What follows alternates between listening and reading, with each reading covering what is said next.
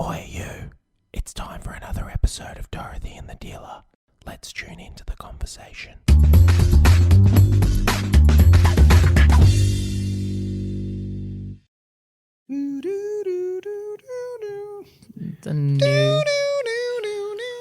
I don't think anybody knows what that is. No, that was the X-Files music.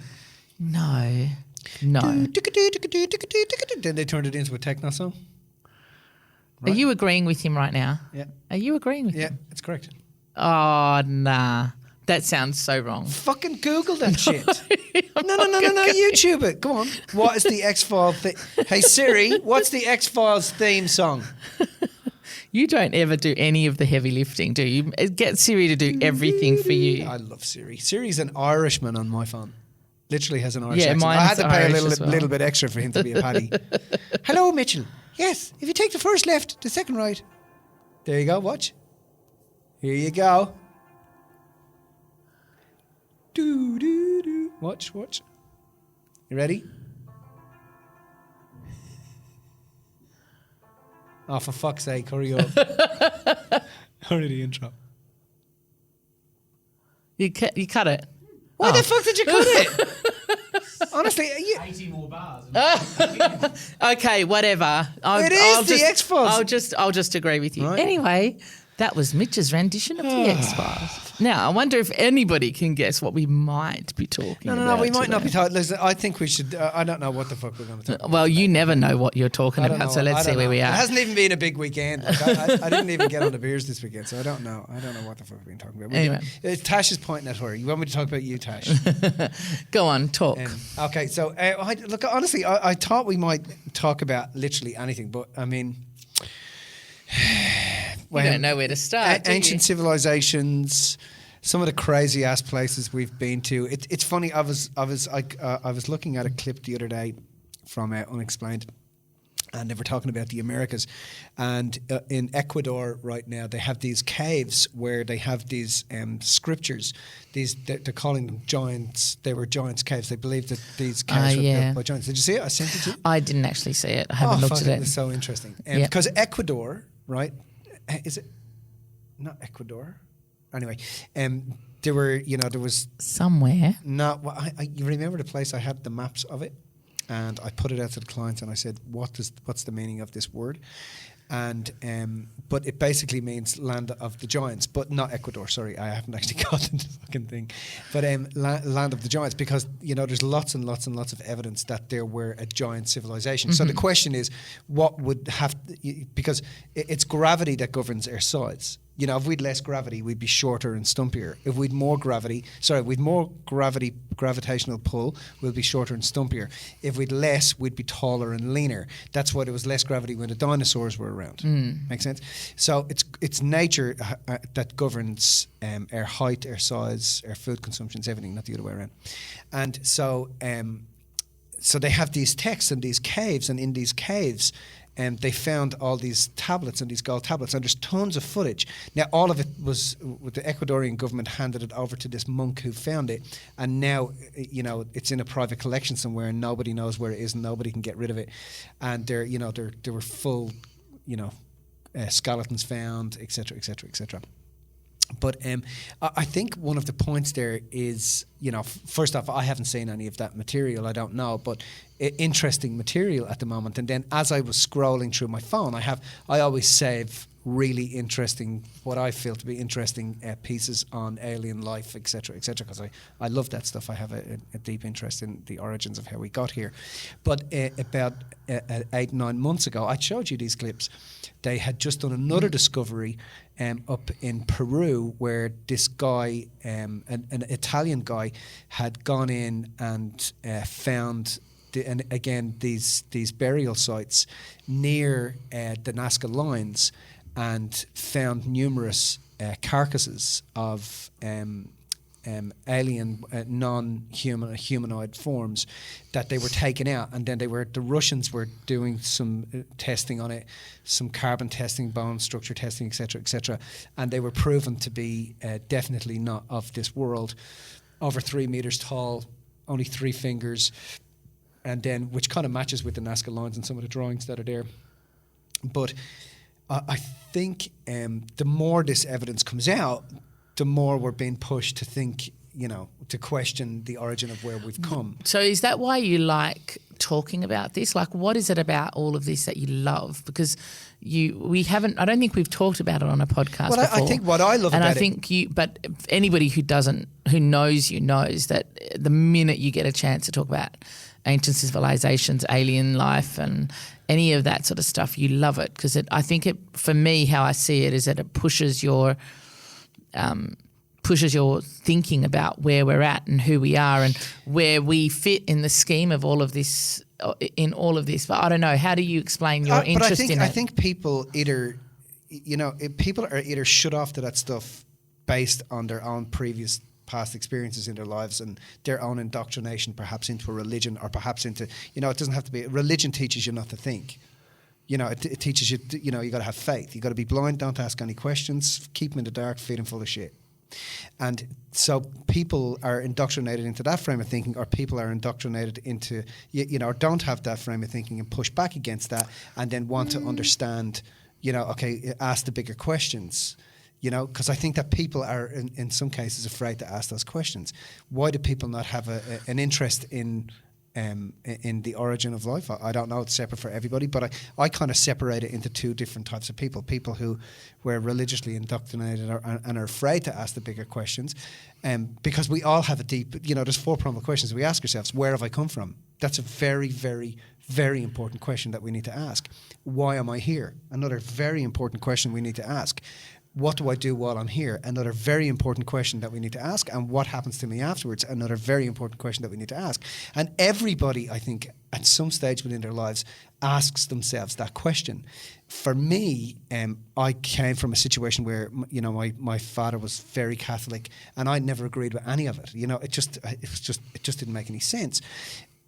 Like, it makes sense for some people. It doesn't mean it doesn't have a place. We've already discussed that. But it just doesn't mean for you it wasn't enough of an understanding or enough of an explanation is the word I'm looking for about where we came from. Is that what you're saying? Well, I think that I just didn't want it to crush my ability to ask questions and be inquisitive about things. Yeah. It didn't make sense. I didn't believe. And I didn't believe in this stuff, and I didn't want to believe. I had a deeper connection than a belief in something that required me not to ask or not to inquire or ask questions. But I think that now the fact that we have access to information, I think we have an innate knowing that there's more to us than what we've been told. Would you agree? Yeah, definitely. So therefore you have to inquire. I think it's important to inquire. But, I told you about that experience that I had when I was 15 years old. Yeah. And you were watching the documentary. I was watching the documentary, and then up came this tablet. And as I looked at the tablet, it explained what the tablet was. And it was literally a non-humanoid being sitting on a chair with dials around it, and it was a tablet that was over 3,800 years old, found in a tomb in Mexico. But this is my point, right? You might have not understood, or you might not have agreed with the fact that what you were told was how it was. Yeah. But where did your interest in looking at this type of stuff come from? Did it come from that documentary? Yeah. Did it come from that moment? Because you were 15 then. You weren't. Yeah, but I think I always, I always had a feeling that I always had that feeling. That there was something else. Yeah. Yeah, I mean, so did I. I didn't ever think, well, everything I've been told was true, but I never had that until I was older, until I started travelling, which didn't happen until I was older. I never had that desire to go and find out about some of the stuff that you have looked into and you have researched over the years. But you have so I think that documentary at 15 made a massive difference, right? Yeah, but I mean, when you go, so I've, how we ended up stumbling across that tablet anyway, right? We ended up in Mexico. We were in Mexico in the largest anthropological museum in the world, and you'd whispered to me, and you're like, Millsy, remember? Yeah, remember I told you I a story. really want to ask him if he knows about it, Yeah, and then 2 minutes later he said, hey, do you want to come and see something? And then brought us down into the guts. It was this covert operation because we had to sneak through security cameras and stuff. Into took us into the belly of as I said, the largest anthropological museum in the world, and switched on the lights. And I was looking at the tablet that I'd been looking at when I was 15 years old. Burst into tears. And I was like, holy shit. And I was like, life had just led me here to, but I mean, we look at these civilizations, and we've walked the path of lots of these civilizations. We've been in the jungles. We've been at the coalface of this stuff. And when you get there, you have to ask yourself, the problem is, I think that we've been told that we are intelligent life. We are the epiphany and of what intelligent life has become. But when you simply go back through time, you'll realize that there were civilizations that were fucking, what if not more, they might not have been technologically as advanced as we are, but intelligence-wise, they were way more. They were achieving way more than we're only barely capable of achieving right now, and you don't have to look very far to do that. And I mean, modern archaeology wants everything to fit within this model, but modern archaeology is just getting obliterated at the moment, because the more and more and more we discover things, and we discover civilizations. You just have to go to Göbekli Tepe. You just have to look at Cusco. The minute you go there and look at what was actually these people were capable of doing, you cannot get your head around it. But what is it about? You still haven't answered my question. What is it about it? I mean, well, you kind of have, in the sense that you always thought something different, but it's like, why does it mean something for you? Like, what is it that you think? What meaning have you attributed to it? Because it's more than just the curiosity of knowing what was there back then. I think it's also I think it's the wow. You stop and you look at these things and you think, this is just incredible, and I think in some way it gives you, it gives you some sort of acknowledgement that what you knew when you were young, to hold on to the part of you that's inquisitive, never let go of that, and so it allows me to connect with that younger part of me that was inquisitive, and not disconnect from that part of me, because I love that part of me. You are, because you're kind of like a child when you're finding out this new information. Like, oh my god, and you've got that awe and wonder about you when you're finding out anything and new. I think when you go to these places and you walk around there, you feel that's different. You feel very humbled. You're like, Jesus, you feel like, this. When you're there, and you can, like, my experience is that when you're there, there's something magical that happens, because you're like going in and seeing that template. But even in the museum was awesome. Tablet. But going into that template this is tablet, a template for a tablet. Seeing that tablet was amazing because of just where we had to go into to do that. Do you know what I mean? And we had to walk down those steps and be in that cave, like environment. But then going into the Sacred Valley in South America, and seeing some of those other sites in Mexico and some of the other places we've seen, and being and standing there and seeing it with your own eyes, and seeing, some of the things that they've created was just phenomenal, and how they managed to do it without the technology that we have today. But archaeology has a section that has artifacts that are unexplainable artifacts. They have sections that are unexplainable artifacts that they have to get them and just go, well, we can't explain this. Like, they have a microchip, and you can Google it now, Tash. They have a microchip that's over 2.5 million years old that is in a piece of stone. Unexplained microchip over 2.5 million years in a piece of stone. They have they have They have artifacts, of beings wearing helmets that are 35,000 years old. Like, we're told that everything started to come together around about the time of the pharaohs. They were really the intelligent ones, and now it's coming to light that it's very likely that the Egyptians again populated this area. They weren't responsible for the construction of the pyramids. You go to school. Like my nephew a couple of years ago was doing a project on ancient Egypt, and he when he drew up the pyramids of Giza, did you find it? Did find it? No, didn't find it. You did find it, or you didn't find it? John said he can't find it. Did you find it? Why are you saying yes? Oh, you're saying fuck me. Okay. Just listen, don't worry about it. Just carry on with the story. Your nephew. Ancient artifact. So anyway, so he goes into he goes and does a drawing of the pyramids of Giza. And in actual fact, the burial chamber is outside of the Pyramid of Giza. It's not in the Pyramid of Giza. The Pyramid of Giza was not a burial chamber. But when he took it to the school said to him, no, you can't do that. You have to put it inside. And he goes, well, no, it's not inside. It's actually outside. So modern archaeology now wants us to believe things only happened the way they said it happened. But now that's just getting blown out of the water. When you look in further. So what do you think? So again, like why? What do you think? What impact do you think knowing about this stuff has in the bigger picture of things? Well, is it because you want to see that?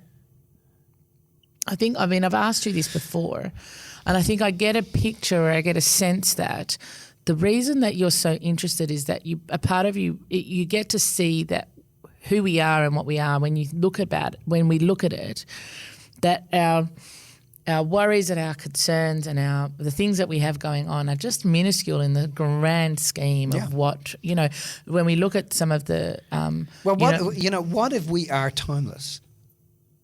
What if our energy is timeless? And what if we have been here? And what if when we go there, the reason we're in that state of awe is because we're remembering? We're remember. This is more of a reminder. Because if we are timeless, spaceless, chargeless, massless energy, which is what we are, if you understand energy, the energy is timeless, spaceless, chargeless, and massless, and we're all made up of that. So, and this is a finite experience of a human being sitting inside of a suit that we've checked into for 80 years. Yeah. And then we've been here before. So when you go there, I think there's a sense of, for me, there's a sense of, wow, this is wow, but also I kind of feel like I'm at home. Like, this is what we're about. This gives me a much broader scope of who I am as a human being. And I think that's the important part there, because I think that is where, in knowing this, looking back on that only means something when you can see how it relates to now. Does that make sense? And how it relates to you as a human being. Wouldn't you agree? It's not about, this happened and, isn't that interesting? It's not it's not just about it being interesting. It's about it being the most evolved version of ourselves in a way, don't you think? Yeah, but for sure. Because, for example, what good is it to know that this is what was happening back then? Like, for example, when we were in the Sacred Valley and, you've got your piece of paper and you're trying to get your piece of paper between these two rocks and you can't, right? Because they had done it with such precision, and it took them how many years? They had to think beyond their lifetime to be able to build these structures and these things that they built, and with such precision as they built them, right? But I also feel that in understanding that, right, and you go there and look at that stuff, they didn't just build structures. We built structures, right? Yeah. They built structures with an immortal view of things. Yes. They built things because it's very likely that their understanding of astronomy and astrology, they were building time capsules. They were building things that they knew were going to stand the test of time. They knew were going to stand cataclysmic events. Because if we understand how old these monolithic structures are, and you understand how many cataclysmic events this planet has had within the lifespan of those monolithic structures, you suddenly realize that these people were building things as a reminder, to remind us, but also to give us some sort of level of hope, to understand that yes, this is what happens. There's no permanent habitats. This is not a fucking permanent habitat. Your body's not a permanent habitat. We things transform, things change. But I go there and I look at that stuff and I feel like, wow, this is talking to me in some way. That's my point, right? Because it's not about just going, oh, that's interesting, unless you can relate it into your life and do something about that and utilise that. Wouldn't you agree? Because unless you're my wife, who you take there and she goes, you're not going to show me another fucking tomb. No, exactly. But that's my point. The reason I think that, because Ange isn't interested in that stuff, right? She's just not. But because for her, it just is that. It just is some more rocks. It's just some more, places where people lived in the past, or things that they made or whatever. But for you, it's something more, and that's my point. Is that more for you is, I think, what's important, because I think that's about what the message that you get from that, which is like, we don't have to. We think these guys think beyond their lifetime. Would you agree? Yeah. So it makes you have to think. If you are registering and understanding what was happening back there, surely it has an impact in the legacy that you want to leave. Yeah. Would you agree or not?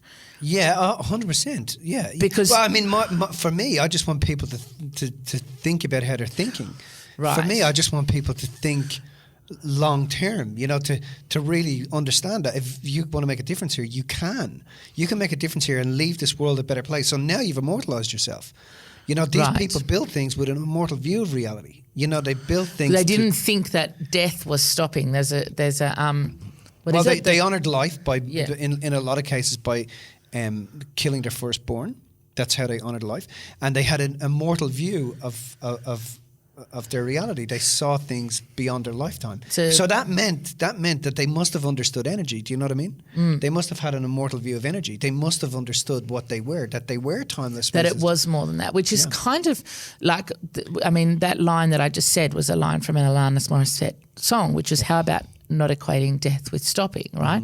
And this is something that we saw that we see when we look at these civilizations, that they didn't equate death with stopping. They had a view of their lives that was greater, and it had a collective purpose. It was greater than their lifetime. Would you agree? Yeah. So this is my point, and I think even in the last little while, when people in our world have been so afraid of death, there's a part of that if they understood what we were, there would not be that fear of death. Would you agree?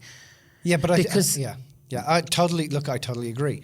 You understand what you are, and you're not afraid. You only start to live. And I think we're all hungering to understand what we are, or else it's too big a leap for people, so they just go to sleep. So is that why? So do you think that having and knowing and learning about this, and we haven't even touched on some of the stuff that you've looked into in terms of aliens, in terms of old ancient civilizations. We've just kind of covered broad in that sense. But do you think that in knowing that stuff and in being aware of that you have a different sense of what life is as a result of that, or what death is? Yes, but it still doesn't mean that I'm not going to react to it like any other person. Of course, that's not what I'm talking about. Yeah. But for sure, I definitely pride myself on the fact that I don't think in terms of how other people think around death. So you think it's the concept of thinking that is more important to you, as opposed to the civilizations and the stuff itself. Is the concept of thinking beyond how you always think, is that more important to you than the? Yes. Would you agree? Yeah, 100%. And I think that life left lots of clues to encourage us to do that. Right. Life left. There's lots of monuments. There's lots of artifacts. There's even if we had a cataclysmic event happen tomorrow, some of those structures would still be there for the next civilization. Give me an example of a civilization. Yeah. I think that you just go to Machu Picchu, any of those places and have a look. Sacsayhuamán Mama, that's fucking insane. You go to that place and you can see how they were molding rock. They were molding rock. So how did they do that? Like how did they scrape a 150-ton piece of stone? How did they scrape a shape into it like having a butter knife run across your butter? How did they do that? And those were pretty phenomenal, weren't they? You're looking at it, and you're going, we can't do that today. We have no idea how to do that. So how were they making matter? They didn't have the tool work. There's no signs of tooling that can do that anywhere in any of those places. Nothing. But they've got bodies, they've got skeletons, they've got bowls, they've got food implements, they've got tools, but none of the tools that could do that. So how were they doing it? They must have had some sort of wisdom that allowed them to manipulate matter to be able to form what they formed. And then as you go, you go further into our time, you're finding that the civilizations became more ignorant. Like, we're really ignorant in comparison to what they knew. Yeah, we're talking about that, about going in and seeing, where was it? That they didn't have any weapons and they didn't have any, where was that you spoke about? Is that Göbekli Tepe? Göbekli Tepe, yeah. Yeah. So Göbekli Tepe is, remember, Göbekli Tepe was never an occupied place. And I mean, Graham Hancock has a great point. He says, when you go there, it's like modern archaeology has covered it in, has uncovered it, but has covered it with corrugated roofing. But that's, why the fuck would you do that? In actual fact, it's an astral projection. It's a sundial, you know. It's for monitoring. It's for monitoring space. So when you're there, you know, to actually understand what it is as a piece of equipment and a tool, you can't do that if you're covering the sky. You know, like and that's a common theme with all of the places that we've been to, and anywhere you learn about is that they're all astral projections. Like I have a sculpture at home. There was an intrinsic, deep link that all of those civilizations had with our astral world. Yes. There was it doesn't matter where, no matter what place we went to through Mexico, everything was all about the stars. Yeah. And it was like they had a relationship, a deep communication, and not just an appreciation, it was a communication.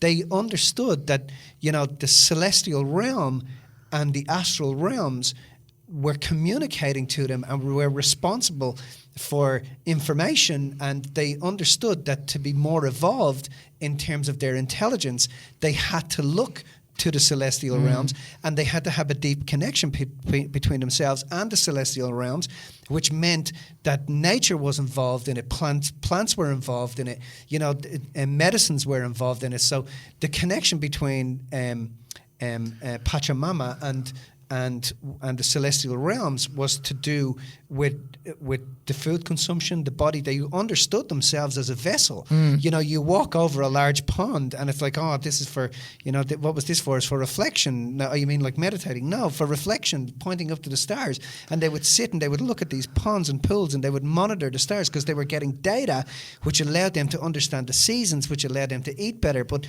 which also allowed them to understand their connection to energy and life and everything, you know. I find that absolutely fascinating because everywhere you went, like in Mexico, it was like at the solstice here, at the sun, you know, at noon or whatever, it shines a light and it lights certain things up in the temple, and the precision that they had to have to be able to do those, to be able to create those.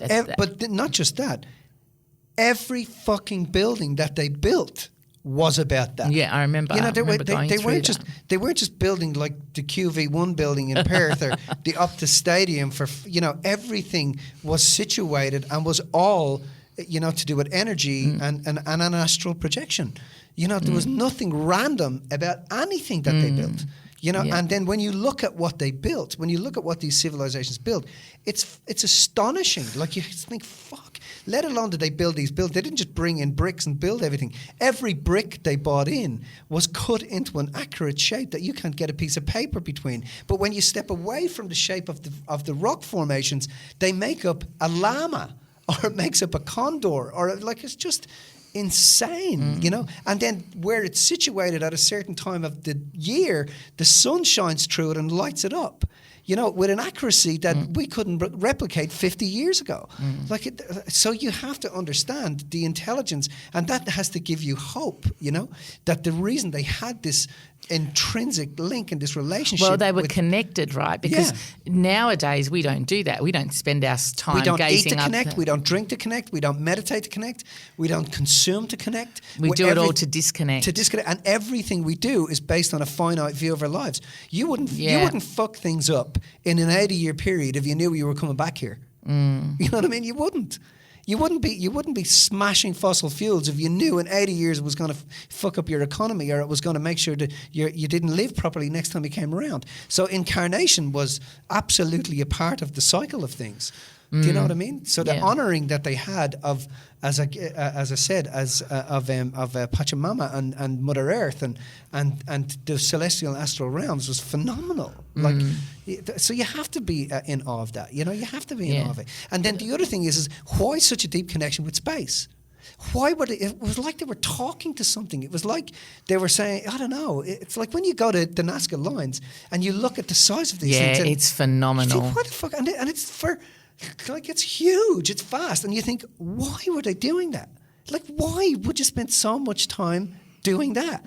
I just don't get it. Unless you're trying to communicate with something, or you're, you know, I just think it's crazy. I just think it's crazy. And then when you look at those, you go through and you're looking at the architecture, and you're watching beings with helmets, with breathing masks, with, you know, like that. You're watching full bodysuits. Like, it's just fucking insane. Why were they thinking that? Like, you know, what does that bodysuit represent? What does the helmet represent? What does the breathing apparatus represent?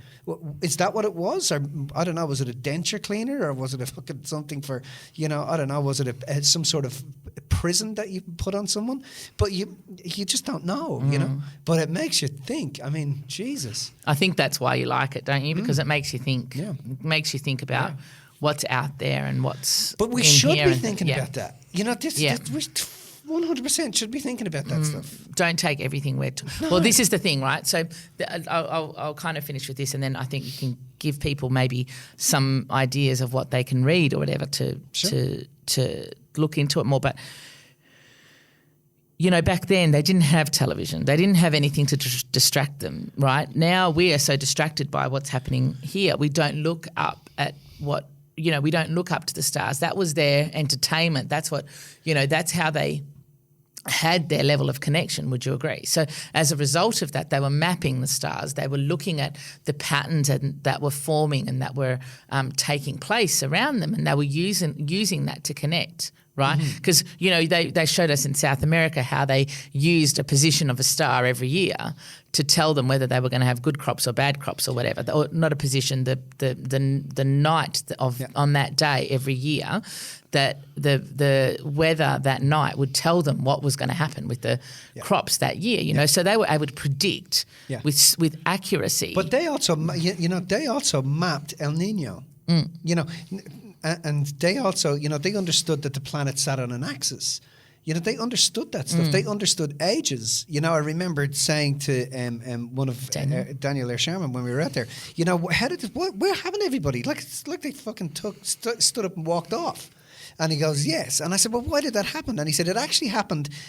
I said, so did it happen when the Spanish arrived? And he goes, no, it happened about 270 years before the Spanish arrived. And I'm like, really? And he goes, yeah. I said, why? And he goes, because they knew that it was the end of a civilization.